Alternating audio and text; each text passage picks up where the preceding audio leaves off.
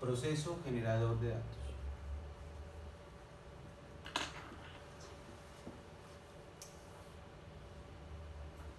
Debo advertir que esto hace parte de lo que se denomina econometría teórica. ¿Listo? Entonces esto más, en este momento van a ver más a un estadístico que a un economista. Entonces, el proceso generador de datos involucra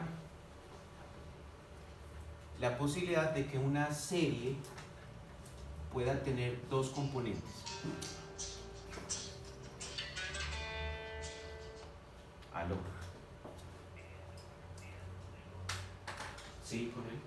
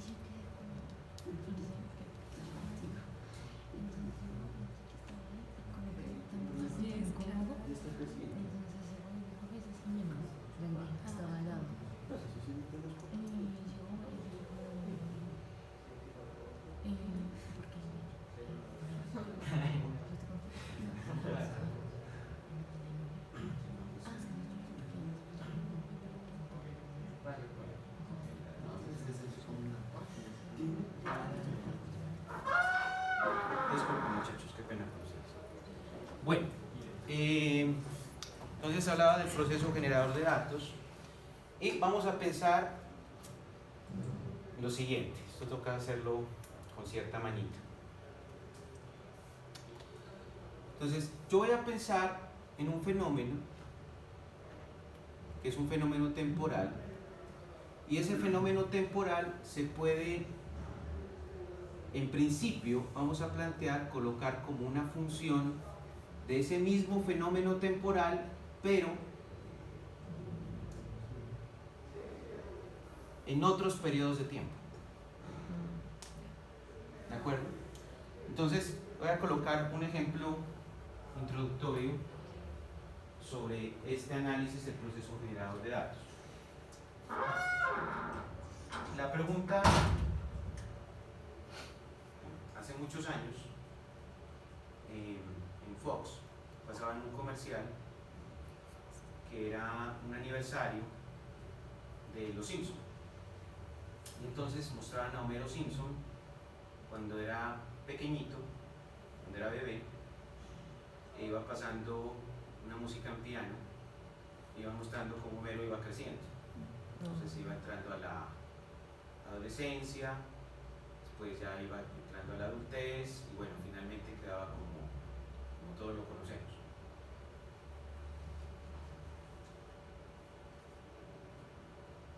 La reflexión o la intuición es, uno, en cierta medida, lo que es hoy no podría haber sido posible sin lo que uno fue ayer.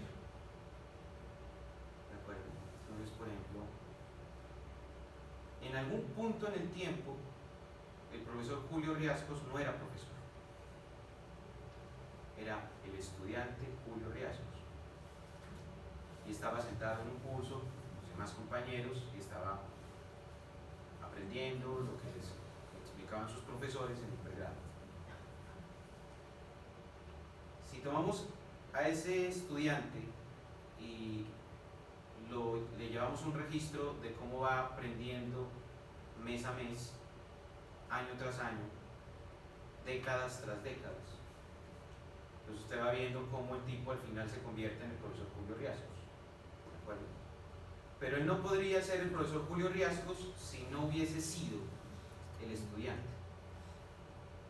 Entonces el predicamento, la intuición simple es Homero Simpson hoy, no sería Homero Simpson hoy, sino que fue Homero Simpson ayer, o anteayer, o hace un año, o hace 10 años. Yo puedo llevar esta reflexión también a ustedes, ¿no? ¿Quién es usted hoy? Pues hoy es un estudiante de economía, pero no podría ser ese estudiante de economía si antes no hubiese pasado por el bachillerato, o si no hubiese pasado por la primaria, ¿cierto? En economía yo podría decir, bueno, el índice de producción industrial que tengo hoy, este mes, en parte no podría ser sin lo que pasó el mes anterior, o lo que pasó hace 3 meses, o lo que pasó hace 8 meses, o lo que pasó hace 2 años. El precio de una acción, el precio de la acción, por ejemplo, de Google hoy, no podría ser sin lo que pasó el día de ayer, en la jornada de cotización del día de ayer, o lo que pasó en la jornada de cotización de hace una semana. Entonces, en parte, digamos, en parte, lo que es una serie hoy es lo que fue en diferentes periodos anteriores al de hoy. Si esa idea es cierta, entonces es muy probable que ateóricamente una serie económica esté explicada no necesariamente por factores teóricos, sino por factores ateóricos. Más o menos de esta manera. Y sub t es igual a beta 1 más beta 2, y sub t menos 1 más beta 3, y sub t menos 2 más, en general, beta n, y sub t menos n, más un término de error e sub t. Entonces yo puedo pensar en que el comportamiento presente de una serie es explicado por el efecto de sus retardos distribuidos en el tiempo. Y cuando yo tengo esa intuición, entonces yo puedo hablar de que una parte del proceso generador de datos es ateórico. A este tipo de secuencias se le conoce como un esquema autorregresivo, ¿cierto? Un esquema autorregresivo. Eso se le conoce con el nombre de un esquema autorregresivo. De hecho, cuando nosotros miramos algo de autocorrelación, yo tuve que haber dado algunas intuiciones sobre este concepto, ¿de acuerdo? El segundo elemento tiene que ver con lo que en macroeconomía avanzada se conoce como los innovations, ¿de acuerdo? Entonces voy a hacer otra intuición sobre el tema de los innovations. Como ustedes saben, Romer fue el último premio Nobel de Economía que hizo aportaciones sobre el impacto de la tecnología en básicamente el crecimiento económico. O sea, básicamente, si yo no analizo los modelos de Romer en la teoría de crecimiento y el impacto del acervo tecnológico en esos modelos, pues no estoy explorando digamos que las aportaciones más recientes que hizo el Nobel, ¿de acuerdo? Entonces es relevante mirar esas aportaciones de la tecnología. Y Romer en el artículo original dice que la tecnología puede tener dos implicaciones. La primera es que puede generar innovaciones de naturaleza transitoria. Entonces las innovaciones de naturaleza transitoria generalmente se dan cuando, por ejemplo, qué sé yo, Apple saca un nuevo producto al mercado y ese impacto que tiene ese nuevo producto en el mercado dura, qué sé yo, 2 años. Entonces eso es transitorio porque dura 2 años. Pero por ejemplo, cuando Bill Gates en los 90 desarrolló Windows, ¿cierto? El primer Windows fue Windows 95.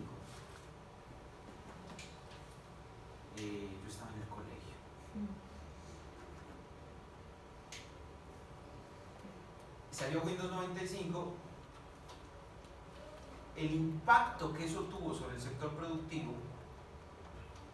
ese impacto no fue transitorio, porque hoy tenemos Windows 11. Y es difícil pensar en una empresa que no trabaje con Windows.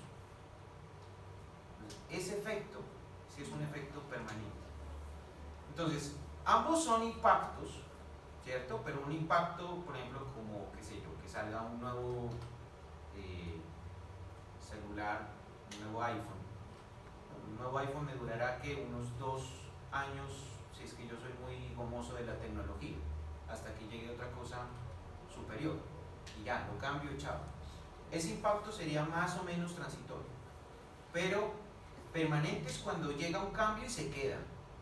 Y se queda durante un buen tiempo. ¿De acuerdo? Entonces, volviendo un poco a lo que plantea Romer en la teoría de crecimiento y el impacto de la tecnología sobre el crecimiento, él dice, bueno, la tecnología tiene esos dos componentes.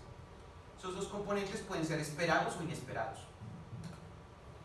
Y el hecho de que sean inesperados y que generen expectativas en los agentes económicos, eso genera lo que se conoce en macroeconomía moderna como un innovation. ¿Cuál es la implicación econométrica de eso? La implicación econométrica es que si lo que me interesa a mí es predecir esta variable, entonces yo podría plantear el siguiente modelo. Podría decir, y sub t es igual a alfa 1 más alfa 2. Y ojo, yo sé que en el primer modelo estoy cometiendo errores. Mis pronósticos no van a ser perfectos. Entonces, ¿por qué no tomo esa serie de errores que tengo aquí? ¿Cierto? Y la traigo acá, pero la traigo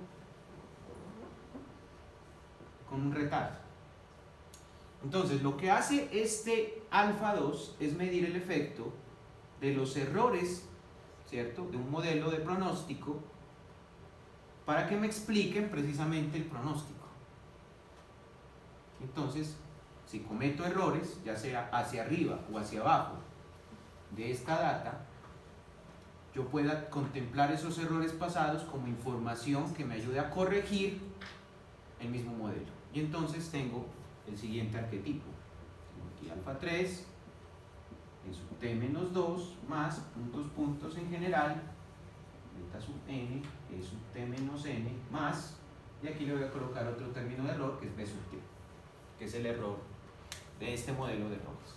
¿De acuerdo? Y a esto es a lo que nosotros le conocemos como la técnica de media móvil.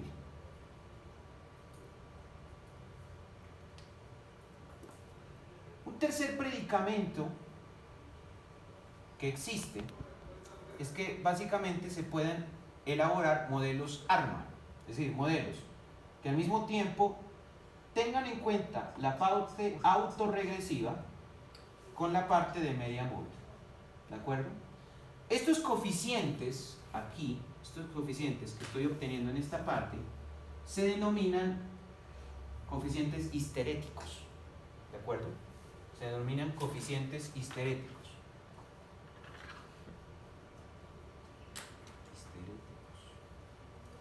Histeréticos. No van a colocar histéricos. Histeréticos. ¿De acuerdo? Y son coeficientes que de alguna manera están reflejando efectos memoria de la serie consigo misma. Entonces, la serie dice aquí, algo pasó ayer y algo de eso se transfiere a la serie que tengo hoy. Pero al mismo tiempo, algo de lo que pasó anteayer se transfiere como una memoria de corto plazo a lo que pasa hoy. Y así, tantas veces como le coloque retardos a la serie. ¿De acuerdo? Y algo, bueno, no es un efecto histerético porque ya en este caso no es la misma serie, pero este error se genera a partir del modelo histerético.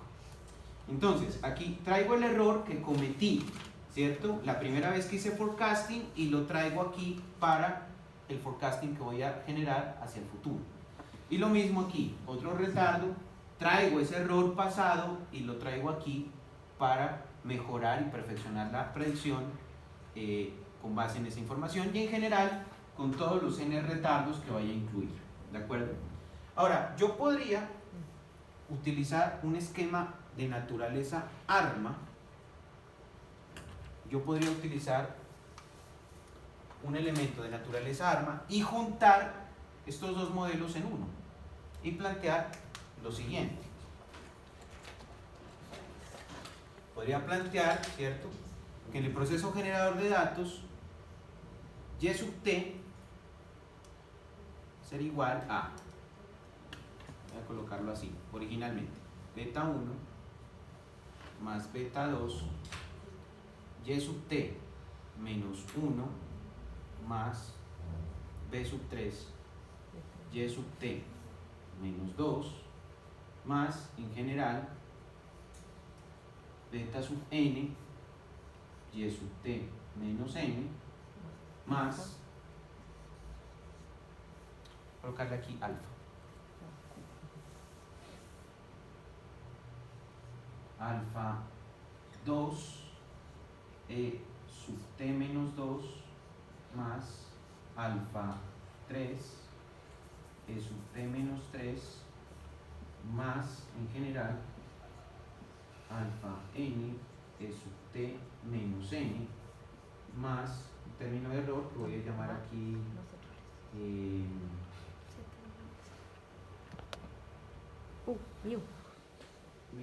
sub t. Profe, Sí. pero en ese caso, los términos de error no tendrían un parámetro autónomo. Si yo tomo este beta 1 como un parámetro que captura la constante de unos, ¿cierto? Yo no podría adicionarle otro parámetro autónomo con otra constante de unos, porque básicamente el modelo requiere solamente un intercepto, ¿cierto? Si yo imagino esto dentro de la idea básica del modelo lineal simple, si me regreso al modelo lineal simple, la idea del modelo lineal simple es, yo tengo aquí unas x y aquí tengo una y ahí tengo un punto de corte y solamente un punto de corte. Ahora, si lo pienso en términos de z, ¿cierto? Esto se vuelve un plano y yo puedo tener que el plano tiene un punto de corte, ¿cierto? O sea, un plano puede atravesar a este eje en un punto. Entonces, más o menos esa idea del hiperplano se aplica aquí. No necesito tener, si se quiere, si hay confusión con la manera en que lo denomino, lo pueden llamar, si quieren, qué sé yo, tita 1. Y ya queda el autónomo. Y el autónomo vale tanto para esta parte como para esta parte. ¿De acuerdo? Entonces, imagínense que no estoy hablando de componentes autorregresivos ni de medias móviles, sino de variables común y corriente, y solamente necesito un parámetro autónomo. No necesito un parámetro autónomo por componente. Un parámetro autónomo me captura, ¿cierto?, todo aquello que no sea ni los componentes autorregresivos ni las medias móviles. O sea que cumple el papel original. Pero si hay confusión con la denominación, igual yo la voy a cambiar más adelante.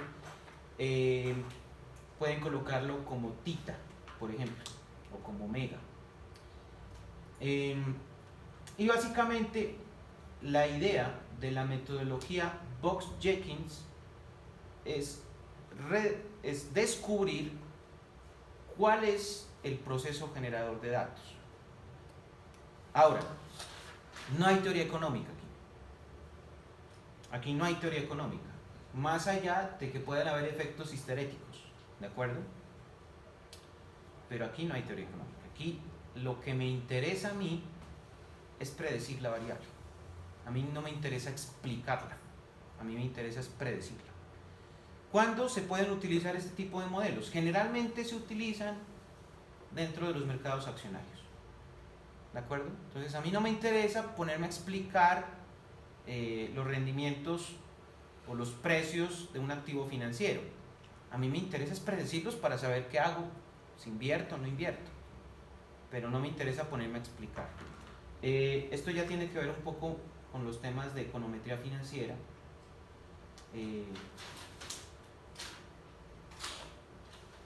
Lo que pasa es que no me queda mucho tiempo, sino yo trabajaría esos elementos. Incluso ahorita en la electiva que tengo, ayer miramos por ejemplo vectores autorregresivos, que es el tema más avanzado que se ha dictado aquí, pues de lo que yo conozco. Y me queda faltando tiempo. No alcanzo, les decía, yo necesitaría una econometría 4. Y ya es mucho, ya es demasiado. Bueno, entonces, la idea, la intuición, por ahora vamos a manejar todavía la intuición, es que una serie puede ser explicada en parte por sus componentes pasados. Y la segunda intuición es que al tratar de explicarla por sus componentes pasados, todavía no es suficiente información, por lo que yo puedo cometer errores. O sea que yo puedo tomar los errores como nueva información y tratar de explicar esa serie, pero no tanto con la explicación teórica convencional, sino más bien con el propósito de hacer forecasting. ¿De acuerdo? Sí. Profe, en la explicación de una serie, digamos, de algún activo o de alguna acción, en este caso solamente tomamos los valores anteriores de ese activo, de esa acción, o digamos, porque muchas veces no solamente depende solamente de ese activo, sino del comportamiento que han tenido otros activos. Pero si haces eso, estás metiendo teoría. Sí, pero por ejemplo, tú me dices, en curva de Phillips, yo tengo que hay una relación entre inflación y desempleo. O sea,